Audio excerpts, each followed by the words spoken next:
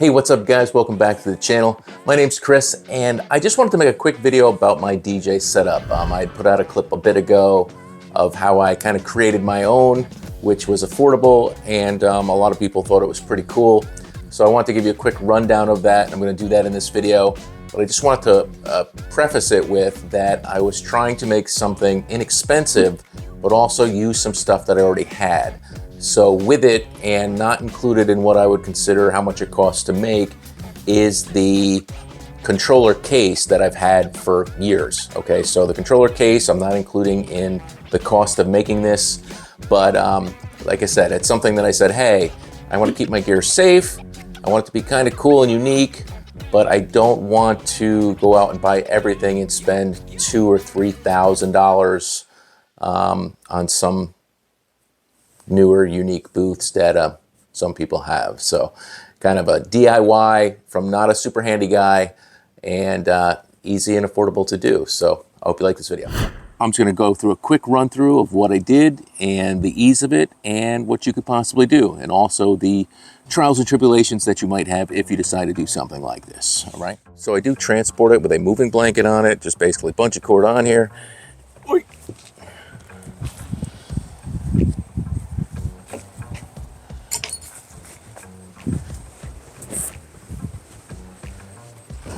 Here is the rack case, and you'll see the rack case is a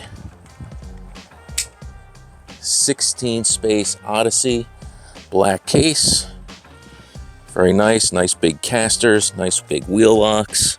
All right, so I'm just gonna pop the front lid off here.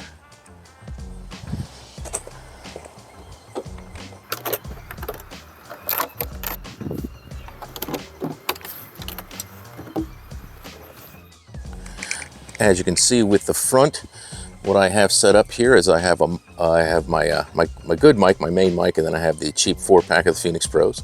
I do have a rack mount hinge here for my headphones. Power supply here, blank panel, and then I do have space here, so I have my QSC Touch Mix in here. You can see in here I have Wi-Fi, so basically I create my own little network so I can control this.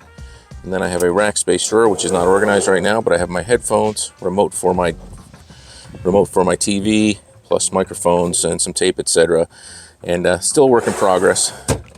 And then at the bottom, I have space, and I'm working out a thumb screw of some sort here, maybe a magnet. And then I have my cables, which are secure underneath the bottom. So I do have like 3 mics plugged in, ready to go if I need them. And then I have my mains, and this is the stuff I have hanging here. I'll get into that. And then I also have back here, this is an auxiliary out that I can use for videographers or whatnot if they need specifics from the mixer. Also, these are my main leads, which will go right up into my controller, which will be up here, along with the power and HDMI, so I can control the front screen. And I do have a DMX cable because I have my antennas in my Rode case with my controller. The only other thing I have is my antennas are also in my Rode case that are up top, so I do have BNCs that I would drape down from there, and this all gets draped right up top, and I'll show you pictures of that in use at an event. So I'm just going to spin her around.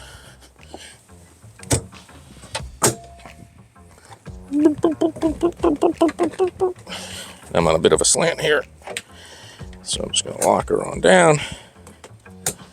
Show you the back. This is what everybody wants to see, and so this carefully. Now I have had this out about 4 or 5 times right now, and you know, I jiggle it around as little as possible, but screen is still working. Snug as a bug in a rug. A little bit of styrofoam on the edges. And fingerprints.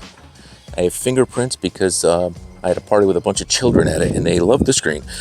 So here we have a 32-inch screen. It's a regular 32-inch TV. It's an inexpensive one. It's TCL. So I bought the insurance for it, and it really just fits inside of this frame here.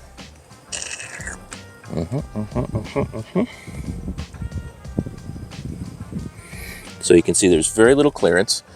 The hardest part about it is the backing of the monitor, because it did need a little space to breathe, because there's a little pump out in the back. But what you have is I've used a regular TV mount hinge, so I can move it on over like this.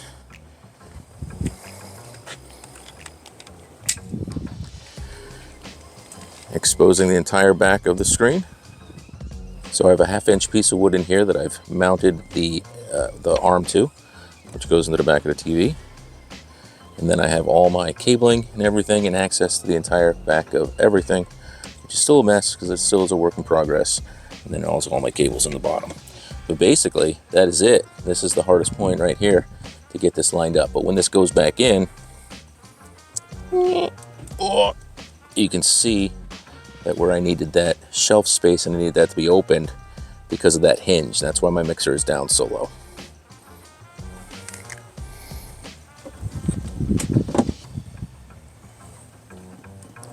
And so this is basically how I set it up. And as you can see, like my case perfectly fits on here, just between here. So I have just a tiny piece of foam here that I use for transporting with the front case that's between the two. And then I just run all these up and I run the mics down. And I might put a piece of black cloth here just to clean it up a little more. And I might put a 1-space rack here, or one of those, they have one that's for like cables that's a little frilly. I might put that in inverted just to clean that up a little bit. But that's what it looks like in the back. And this is how it would look from the front.